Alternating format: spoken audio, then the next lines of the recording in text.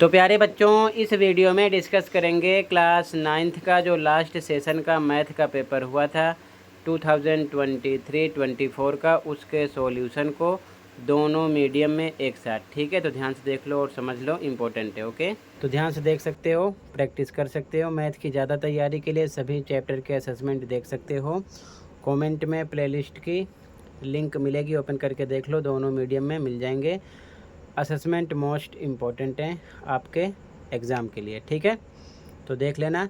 बाकी इसी प्रकार सभी पेपर के आंसर के लिए आप चैनल पर विजिट कर सकते हो, प्लेलिस्ट मिल जाएगी, वहाँ से देखकर all subject paper with answer practice कर सकते हो, दोनों शिफ्ट के, मॉर्निंग प्लस इवनिंग के। ठीक है, ये सभी आपके पेपर हैं। ठीक है, तो चैनल पर प्लेलिस्ट देख सकते हो। ठीक है, क्लास 9th वाले।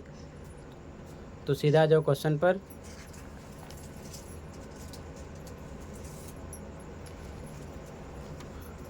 क्वेश्चन नंबर 1 है,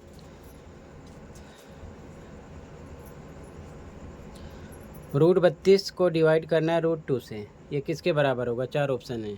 ठीक है, रूट में 32 डिवाइडेड √2 इज इक्वल टू, किसके इक्वल है? ध्यान से देखो आंसर नंबर 1, लिख लिया रूट में 32 डिवाइड रूट में 2। ठीक है, तो इसे सेम लिख दिया। डिवाइड पर हम बटे का निशान लगा सकते हैं इस प्रकार। ठीक है, लिख दिया। दोनों रूट में हैं तो एक बार रूट लगा सकते हैं, 32/2 लिख सकते हैं। ठीक है, इसको कट करो तो रूट में कितना आ जाएगा? 16। ठीक है, 2 से डिवाइड करोगे तो। अब 16 किसका वर्गमूल है? ध्यान से देखो, स्क्वायर रूट किसका है? 4 का है, तो कितना आएगा पेयर में से? 4। ठीक है, तो फर्स्ट में आपका बी ऑप्शन होगा। ठीक है, इस प्रकार से सॉल्यूशन निकालना है। अगला क्वेश्चन, -2 5 किस चतुर्थांश में स्थित है? इन विच क्वेड्रेंट -2 5 लाई? ध्यान से देखो आंसर 2।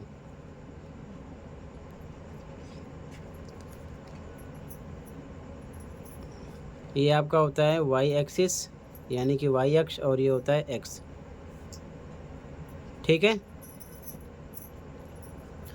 अब ध्यान रखना है, ये फर्स्ट होता है, ये सेकंड, ये थर्ड और ये फोर्थ।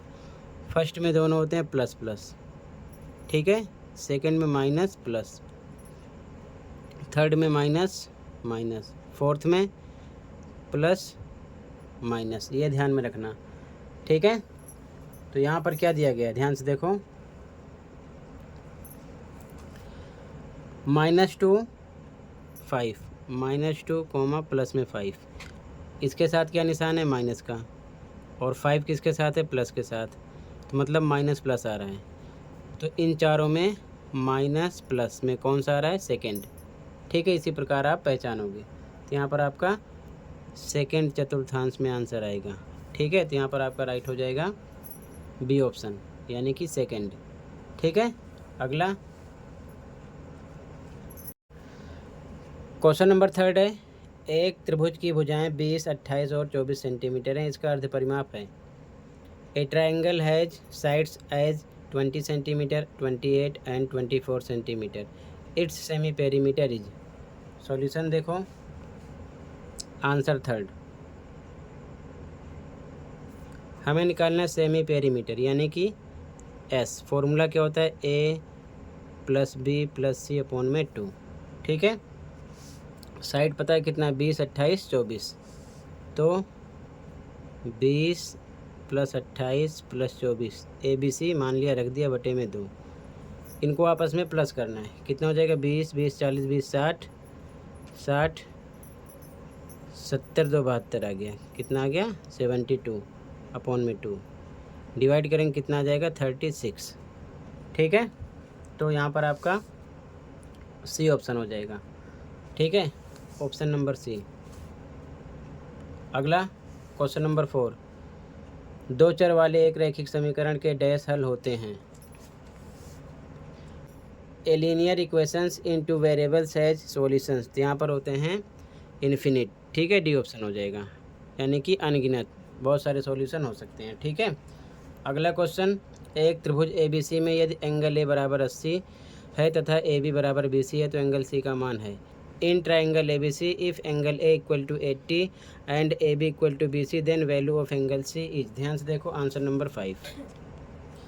आंसर देखो, ट्राइंगल बना लेते हैं। Answer number 5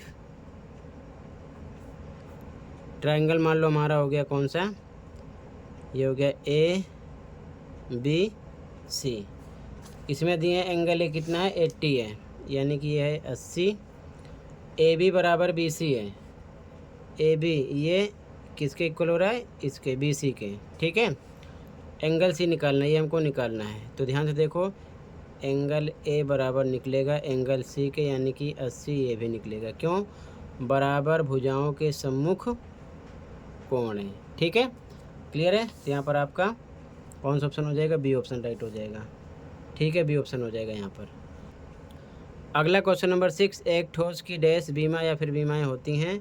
A solid has dash dimensions, तो कितने होते हैं 3, ठीक है। क्लियर है। अगला क्वेश्चन, निम्न में से कौन सी अपरिमेय संख्या है। Which of the following is an irrational number, ठीक है। तो ध्यान से देखो, इसका सॉल्यूशन कैसे पहचानेंगे। पहला ऑप्शन आपका ए है, आंसर नंबर 7 में देखो ए कितना है, रूट में 9/16, ठीक है। तो इसको हम लिख सकते हैं 3 × 3 ऊपर और नीचे 4 × 4, 3 3 जा 9, 4 4 जा 16। तो पेयर बनेगा, क्या निकलेगा 3/4, यानी कि इसे हम P/Q की फॉर्म में लिख सकते हैं। इसलिए क्या है, रेशनल यानी कि परिमेय संख्या हो गई। तो ए ऑप्शन नहीं है। अगर हम सी ऑप्शन लेते हैं तो ध्यान से देखो, रूट में 25 है, इसका मतलब 5 × 5 पेयर बनेगा, 5 निकलेगा। इसको भी हम P/Q की फॉर्म में लिख सकते हैं, यानी बाई 1 लगा सकते हैं। ये भी क्या हो गया, रेशनल। ये भी नहीं है। अगर हम 49 की बात करें डी ऑप्शन की, तो 49 इसको हम लिख सकते हैं 7 × 7 पेयर बनेगा, 7 निकलेगा। इसको हम 7/1 लिख सकते हैं, यानी ये भी P/Q की फॉर्म में है। तो ये भी क्या हो गया, रेशनल यानी कि परिमेय संख्या। तो रूट में 15 यहाँ पर आपका बी ऑप्शन इसलिए राइट हो रहा है क्योंकि इसको हम को तोड़ेंगे भी 3 × 5, यानी कि फिर से वही निकलेगा, ठीक है। और इसे हम P/Q की फॉर्म में नहीं लिख सकते, इसलिए यहाँ पर आपका अपरिमेय संख्या कौन सी है, रूट में 15, ठीक है। बी ऑप्शन राइट हो जाएगा। अगला क्वेश्चन, यदि एक कोण अपने पूरक कोण के बराबर है तो इसका माप है। If an angle is equal to its complement then its measure is. तो ध्यान से देखो, आंसर नंबर 8, ठीक है। इसमें भी ऑप्शन राइट है, आपका ध्यान रखना। पूरक कोण का मतलब होता है जिनका सम कितना होता है, 90 होता है, ठीक है। तो बराबर कब होगा, अगर हम 90 को 2 पार्ट में डिवाइड करें तो क्या हो सकता है, 45 + 45 ही हो सकता है, तभी तो टोटल कितना होगा 90 के, यानी कि पूरा कोण जो एक पूरा कोण के बराबर होगा वो 45 होगा, ठीक है ना। क्लियर है। तो यहाँ पर ए ऑप्शन राइट हो जाएगा। अगला क्वेश्चन, पूजा ने बिंदु ए, बी और सी से होकर गुजरने वाली रेखा खींची। मोनिका ने बी और सी से गुजरने वाली रेखा खींची। उनके द्वारा खींची गई रेखाओं के बारे में कौन सा कथन सही है। Pooja drew a line passing through the points A, B and C. Monika drew a line passing through B and C. Which is the correct statement about the lines they drew. अब देखो ध्यान से, पूजा ने ABC खींचा है, आंसर नंबर 9 देखो, answer number 9। अब मान लेते हैं लाइन है ABC, ठीक है। उसके बाद में मोनिका ने B और C से गुजरने वाली, यानी यहाँ से स्टार्ट किया है, ठीक है ना, B और C से, इसी के ऊपर से B से स्टार्ट हो रहा है, यहाँ से यहाँ तक उनका भी है, मोनिका का। तो कह रहे हैं कि गुजरने वाली रेखा खींची, उनके द्वारा खींची गई रेखाओं के बारे में कौन सा कथन सही है। रेखाएं केवल एक बिंदु पर मिलती हैं, बिल्कुल नहीं। रेखाएं लंबवत हैं, बिल्कुल नहीं। रेखाएं समांतर हैं, ये भी नहीं है।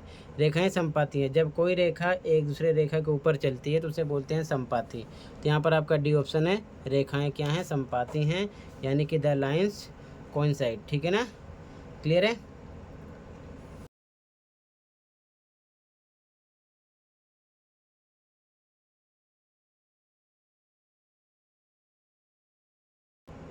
क्वेश्चन नंबर 10, ध्यान से देखो, 125 की पावर है -1/3, हमें वैल्यू निकालना है, ठीक है। सॉल्यूशन देखो, आंसर 10, 125 की पावर है 1/3। ध्यान से देखो, ठीक है। इसका हम निकालेंगे एलसीएम, तो कितना आ जाएगा, 5 से कटेगा, क्योंकि एलसीएम के लिए ध्यान रखना, पहले हम 2 से कट करते हैं, ना कट हो, फिर 3 से, ना कट हो तो 5 से, ऐसे बढ़ते रहते हैं, ठीक है। 5 से कट होगा, कितना आ जाएगा 25, फिर ये 5 से कट होगा 5, फिर ये 5 एकम 5, 5 कितनी बार है, 3 बार। लिखेंगे यहाँ पर 5 गुणे 5 गुणे 5, ऐसे लिख सकते हैं, -1/3 पावर में, ठीक है।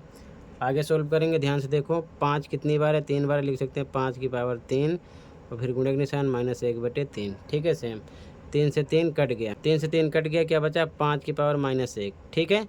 अब यहाँ पर अगर हम देखेंगे तो 5 की पावर -1 कोई सा भी ऑप्शन नहीं है, तो इसको हम लिख सकते हैं 1/5 माइनस हटता है, तो इस फॉर्म में ये हो जाता है, तो यहाँ पर आपका ये आंसर हो जाएगा, ठीक है। तो यहाँ पर आपका सी ऑप्शन राइट है, ठीक है। अगला क्वेश्चन, क्वेश्चन 11, दो रेखाएं ए बी और सी डी बिंदु ओ पर प्रतिच्छेद करती हैं। यदि एंगल बी ओ सी बराबर 53 डिग्री है तो एंगल बी ओ डी है।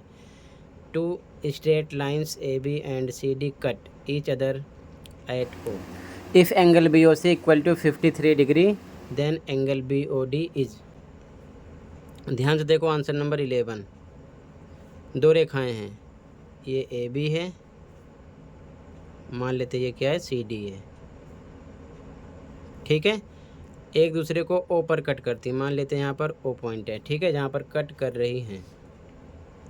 एंगल बी ओ सी 53 है, बी ओ सी ये इतना 53 डिग्री है।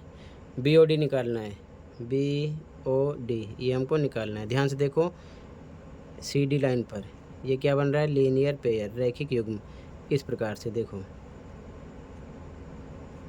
बन रहा है ना, ये 53 है, ये क्वेश्चन मार्क है, निकालना है। तो ध्यान से देखो कैसे लिखोगे, इसको लिख सकते हैं angle B O C plus इसका नाम B O D, angle B O D बराबर कितना होगा, 180 के, क्यों, लीनियर पेयर और हिंदी में रैखिक युग्म, ठीक है। बी ओ सी कितना है, बी ओ सी 53 रख सकते हैं, plus angle B O D बराबर 180 के, तो एंगल बी ओ डी बराबर 180, ये प्लस के इधर आएगा, निशान बदल जाएगा, माइनस हो जाएगा, तो कितना आएगा 127, ठीक है, डिग्री। तो यहाँ पर आपका बी ऑप्शन राइट हो जाएगा, ओके। अगला क्वेश्चन 12, एक समबाहु त्रिभुज का क्षेत्रफल 16√3 वर्ग सेंटीमीटर है। इस त्रिभुज की भुजा है। The area of an equilateral triangle is 16√3 centimetre square. The side of triangle is. ध्यान से देखो, आंसर नंबर 12, एरिया दे रखा है, क्षेत्रफल एरिया कितना दिया, 16√3, ठीक है। तो समबाहु त्रिभुज है, यानी कि इक्विलेटरल ट्राइंगल है, तो इसका फॉर्मूला होता है √3/4 ए स्क्वायर। ए यहाँ पर साइड है, इधर रखेंगे, ये बराबर 16√3 के होगा। जब एरिया पता है तो एरिया का फॉर्मूला इस साइड हम रखेंगे, ठीक है। ध्यान से देखो, ए का पता नहीं है, तो √3 ए स्क्वायर अपॉन 4 इक्वल टू 16√3/1 लगा सकते हैं, क्रॉस मल्टीप्लाई करेंगे, ठीक है। इसका इससे होगा 1 से, सेम आएगा, इसका 4 के साथ मल्टीप्लाई हो जाएगा, ठीक है। ध्यान से देखो, दोनों तरफ √3 से √3 कट जाएगा, ए स्क्वायर बराबर कितना आएगा, 16 को 4 से करेंगे 64, 64 आएगा, तो ए बराबर रूट में हो जाएगा, स्क्वायर हटेगा, रूट लगेगा। ये किसका वर्गमूल है, 8 गुणे 8, 2 का पेयर बनेगा, 8 निकलेगा, ठीक है, सेंटीमीटर। ये हो गई साइड यानी कि भुजा, ठीक है। तो यहाँ पर आपका सी ऑप्शन हो गया है, ठीक है। अगला क्वेश्चन 13, यदि ए बी बराबर क्यू आर, बी सी बराबर पी आर, तथा एंगल बी बराबर एंगल आर है तो ध्यान से देखो यहाँ पर दिए हैं if A B equal to Q R, B C equal to P R and angle B equal to angle R, then कौन सा कॉन्ग्रुएंसी रूल होगा। ठीक है, ध्यान से देखो। तो यहाँ पर बी ऑप्शन राइट हो रहा है। कैसे राइट हो रहा है मैं इधर समझा रहा हूँ, ध्यान से देखो। Answer number 13, answer 13 triangle C B A congruent दिखाया गया ट्राइंगल पी आर क्यू के। कैसे, ध्यान से देखो। यहाँ पर दिए हैं A B equal Q R है, तो देखो इधर से A B Q R last से इधर देखा गया ए बी और क्यू आर लास्ट से ही है। ठीक है, B C equal P R है, बी सी ध्यान से देखो। इसके बाद बी सी ये है, बी से स्टार्ट हुआ पी आर यानी आर पी ये है। ठीक है, angle B equal angle R, angle B भी बीच में ही है और आर भी बीच में है। ठीक है, इसीलिए ये कॉन्ग्रुएंट हो रहा है कॉन्ग्रुएंसी रूल से। ठीक है, अगला, यदि 2,0 रैखिक समीकरण 2x + 3y बराबर k का एक हल है तो k का मान होगा। If 2,0 is a solution of equation 2x + 3y equal to k, then the value of k is. ध्यान से देखो, ऐसा क्वेश्चन पेपर में आपको ज़रूर मिलेगा। आंसर नंबर 14, पहले इक्वेशन लिख लेते हैं। कितना है, 2x + 3y equal to k, और इसका हल कौन सा है, 2,0। तो अब ध्यान से देखो, स्टार्टिंग वाला x होता है और ये y। आप असेसमेंट में ऐसे बहुत सारे क्वेश्चन किए हो। ठीक है, प्रैक्टिस ज़रूर करना। यहाँ पर रख दो, x पर हमें रखना है 2, तो 2 है, बीच में गुणे का निशान, x पर रखना है 2 + 3 गुणे का निशान, y पर रखना है 0 बराबर k। 2 को 2 से किया 4, 0 बराबर k, तो इसमें प्लस होगा 4 ही आएगा बराबर k, यानी k का मान आ गया 4। ठीक है, तो यहाँ पर आपका डी ऑप्शन राइट है यहाँ पर। ठीक है, ऑप्शन नंबर डी राइट है। अगला क्वेश्चन, निम्नलिखित में से कौन सा x के बराबर है। Which of the following is equal to x। ध्यान से देखो, यहाँ पर सी ऑप्शन राइट है। सी ऑप्शन राइट कैसे, मैं आपको समझा रहा हूँ, ध्यान से देखो। ठीक है, लिख कर ऑप्शन सी है आंसर नंबर 15 में। ध्यान से देखो, रूट फिर ब्रैकेट, रूट में x⁻³ ब्रैकेट 4/3। ठीक है, सबसे पहले हम इसके अंदर देखेंगे। ध्यान से, यहाँ पर x⁻³ लिख लिया। अब ये रूट हटाएंगे ना हम, तो ये रूट हटता है तो गुणे हम इसको 1/2 लिख सकते हैं। रूट हटेगा 1/2 गुणे के साथ लगेगा। समझ गए, ये फिनिश है। अब ये ब्रैकेट आ गया, फिर से गुणे का निशान लगेगा, तो यहाँ पर आ गया 4/3। ठीक है, अब ये बड़ा वाला रूट बचा है, फिर गुणे का निशान लगेगा, इसके लिए भी 1/2 लगेगा। रूट हटेगा तो 1/2 लगेगा, ध्यान रखना। ठीक है, अब सोल्व करो। देखो, 2 से कट हुआ, 2 आया, 2 से कट ये हो गया। ठीक है, अब ये देखो 3 से 3 ये कट हो गया। ठीक है, बचा क्या, x⁻1, यानी कि x किसके बराबर निकल रहा है, 1 के। ठीक है, तो इसीलिए यहाँ पर सी ऑप्शन हो रहा है, क्योंकि x के बराबर यही आ रहा है। ठीक है, क्लियर है, ये x के बराबर है, तो x बराबर 1 या x बराबर x निकल रहा है। इसका मतलब 1 लिखो ना लिखो। ठीक है, ये x के बराबर है। x कितनी बार है, 1 बार है, तो बराबर x से निकल रहा है। ठीक है, ये आ जाएगा। क्लियर है, बाकी ये तीनों ऑप्शन नहीं है, तो यहाँ पर सी ऑप्शन राइट है। अगला क्वेश्चन, वही बिंदु किस चतुर्थांश में होगा जिसका भुज 2 और कोटि -3 है। In which quadrant does the point lie whose abscissa is 2 and ordinate is -3। Mental math की बुक में ऐसे मैंने बहुत सारे क्वेश्चन करवा रखे हैं, आप अच्छे से पढ़ लेना, पूरा चैप्टर अपलोड है। ठीक है ना, ध्यान रखना। तो देखो, सबसे पहले आंसर नंबर 16, वह बिंदु किस चतुर्थांश में होगा, भुज। भुज इसको बोलते हैं एब्सिसा। ठीक है, एब्सिसा, ध्यान रखना। ये आपका होता है x, x कितना है, 2 है। कोटि यानी कि ऑर्डिनेट बोलते हैं, ये होता है y, y कितना दे रखे हैं, -3। ठीक है ना, तो ये हो गया। पहले x का लिखते हैं 2, -3, पहले x वाला लिखेंगे फिर y वाला। इसके साथ प्लस का निशान है और इसके साथ माइनस का। अब प्लस माइनस किस में होता है, मैंने आपको बता रखा है। ये पहला होता है, इसमें दोनों होते हैं प्लस के। ये दूसरा होता है, इसमें होता है माइनस प्लस।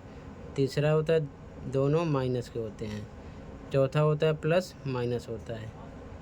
तो प्लस माइनस चौथे में आ रहा है, ठीक है। तो यहाँ पर आपका डी आएगा फोर्थ, ठीक है, ध्यान रखना, यहाँ पर ध्यान रखना, ठीक है, फोर्थ आएगा। अगला, एक संख्या परिमेय होती है यदि उसका दशमलव निरूपण है। A number is irrational if its decimal representation is, तो non terminating non recurring, C option right हो जाएगा, अशांत अनावर्ती। यहाँ पर डी है, ध्यान रखना, ठीक है। अगला क्वेश्चन, अगला क्वेश्चन है, 2 प्रतिच्छेदी रेखाओं द्वारा बनाए गए त्रिभुजों को आकृति में दिखाया गया है। त्रिभुज पी क्यू आर सर्वांगसम त्रिभुज एम क्यू एन को सिद्ध करने के लिए क्या अतिरिक्त जानकारी की आवश्यकता है? The triangles made by 2 intersecting lines are shown in the figure. What additional information is required to prove triangle P Q R congruent triangle M Q N? ध्यान से देखो इस प्रकार से। तो यहाँ पर देखो, एक तो ये साइड इक्वल हो गई है इस साइड के, क्लियर है, ठीक है। ये पता है ये क्या है, वर्टिकली अपोजिट एंगल है, यानी कि शीर्षाभिमुख कोण है, तो ये इसके इक्वल जाएगा, ये भी क्लियर हो गया। 2 चीज़ें पता चल गई। अब ज़रूरत क्या है, साइड एंगल का पता चल गया, साइड एंगल का पता चल गया। अब एक हमें साइड पता होनी चाहिए, तो साइड क्या हो गई, तो हम ये साइड ले सकते हैं पी क्यू, ये वाली साइड इक्वल होनी चाहिए किसके, एम क्यू के या फिर क्यू एम के, ठीक है। तो साइड एंगल साइड रूल से क्या हो जाएगा, कॉन्ग्रुएंट, तो बी ऑप्शन हो गया। यहाँ पर डी ऑप्शन भी आपका राइट है। अगर ये साइड नहीं चाहिए तो ये साइड इक्वल दिखा दो, एम एन इक्वल होना चाहिए किसके, पी आर के, तब भी हो जाएगा। तो ये भी हम लिख सकते हैं, यहाँ पर बी और डी दोनों राइट हैं, ठीक है, ध्यान रखना, बी डी दोनों हो सकते हैं। अगला क्वेश्चन 19 एंड 20, ठीक है, ये असर्शन रीजन वाले क्वेश्चन है, अभिकथन और कारण वाले। ठीक, अब ध्यान समझना, इसमें क्या होता है कि 2 स्टेटमेंट होती है, अगर दोनों सही हों और जो कारण होता है वो अभिकथन की व्याख्या करता है तो हम ए ऑप्शन लगाते हैं। सेकंड कंडीशन में दोनों सही हों लेकिन कारण अभिकथन की व्याख्या न करे तो बी लगाते हैं। थर्ड कंडीशन में अगर मान लो पहला स्टेटमेंट राइट है दूसरा रॉन्ग है तो सी लगाएंगे। फोर्थ कंडीशन में अगर पहला ही रॉन्ग है दूसरा राइट है तो हम लगाते हैं डी, ठीक है। इसी प्रकार ए बी सी डी में आंसर देते हैं। तो जैसे कि पहला क्वेश्चन है अभिकथन, असर्शन दी गई आकृति में angle A O D equal 70 degree तथा B O C equal 110 degree. Assertion कह रहा है कि in the given figure angle A O D equal to 70 and angle B O C equal to 110। यहाँ पर देखो ये 70 है और ये 110 है, तो ध्यान से देखो ये क्रॉस जैसा सिंबल हो रहा है, ठीक है। तो ये बन गया शीर्षाभिमुख कोण, ये 110 है ये 70 है, तो ये तो दोनों 110 होना चाहिए दोनों 70 होना चाहिए, तो ये क्या हो गया, गलत है, ऐसा होता नहीं है। शीर्षाभिमुख कोण बराबर होते हैं, तो पहली स्टेटमेंट क्या हो गई है, रॉन्ग। अगला शीर्षाभिमुख कोण बराबर होते हैं, ये बिल्कुल सही बात बता रहे हैं, ठीक है। Vertically opposite angles are equal, ये बिल्कुल सही है, ये रॉन्ग है। अब बराबर होते हैं तो इसे बराबर होना था ना, बराबर नहीं। अब ध्यान से देखो यहाँ पर कौन सी कंडीशन चल रही है, यहाँ पर देखो पहला आपका रॉन्ग है तो अभिकथन ए असत्य है लेकिन कारण आर सत्य है, यानी कि असर्शन आपका क्या है, फॉल्स है, और रीजन सेकंड वाला स्टेटमेंट जो है क्या है, ट्रू है। तो यहाँ पर डी ऑप्शन है, ठीक है ना, इसलिए यहाँ पर डी लगेगा, ठीक है, ध्यान रखना। अगला क्वेश्चन 2,8 से होकर अनंत रेखाएं गुजरती हैं। Assertion these are infinite number of lines which passes through 2,8, ये बिल्कुल राइट है, ठीक है, ये आपका राइट है, इन्होंने सही बात बोली है, ठीक है ना।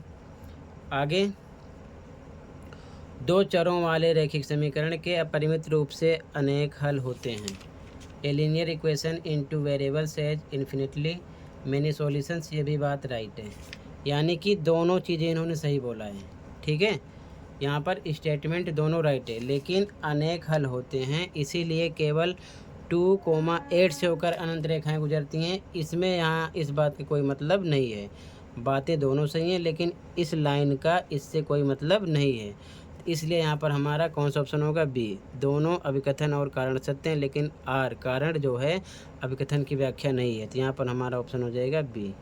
कौन सा ऑप्शन लगाएंगे हम, बी, ठीक है, इसमें बी हो जाएगा। आगे सेक्शन बी पे आ जाओ, खंड खा। समीकरण 4x + 3y = 12 के कोई 2 हल ज्ञात कीजिए।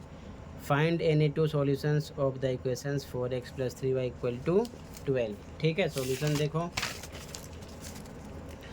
Answer number 21।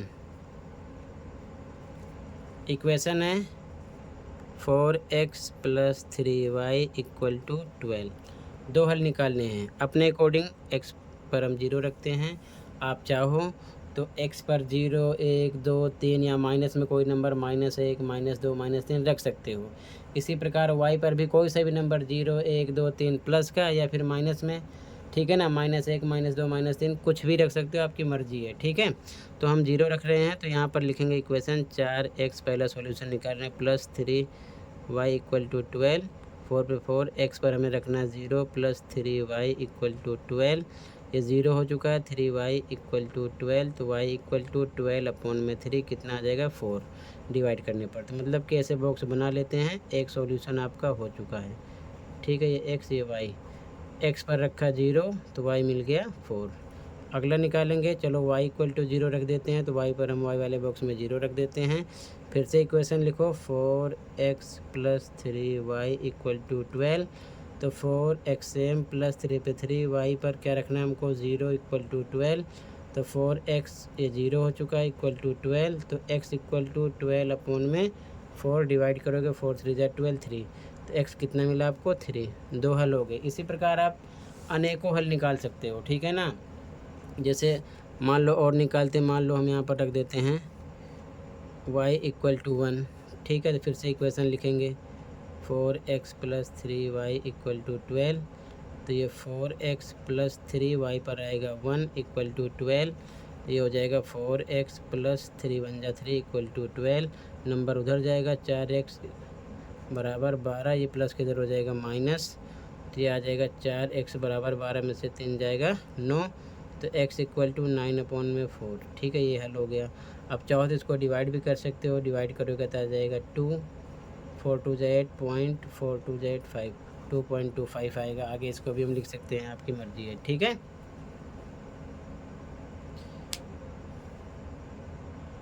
तो ऐसे ही आप अनेकों हल निकाल सकते हो। फिलहाल यहाँ पर केवल 2 निकालना है, ठीक है।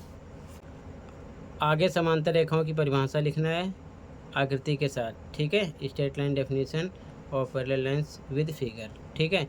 तो बाकी क्वेश्चन आप ऐसे देख सकते हो। बाकी के सॉल्यूशन के लिए कमेंट में लिंक मिलेगी, देखो आपको सबसे ऊपर वीडियो मिलेगी, वहाँ से आप ओपन करके पूरे पेपर का सॉल्यूशन देख सकते हो, समझ सकते हो और प्रैक्टिस कर सकते हो।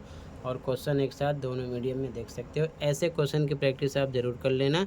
P/Q के फॉर्म में लिखने के लिए ज़रूर आएगा। असेसमेंट 1 में ज़रूर ऐसा क्वेश्चन दिया गया है, इसकी आप प्रैक्टिस बहुत अच्छे से कर लेना, ज़रूर मिलेगा आपको, ठीक है। ध्यान रखना, क्लियर है, ये चीज़ ध्यान में रखना। बाकी जो केस बेस्ड आ रहे हैं क्वेश्चन, उनकी प्रैक्टिस ज़रूर कर लेना बहुत अच्छे से।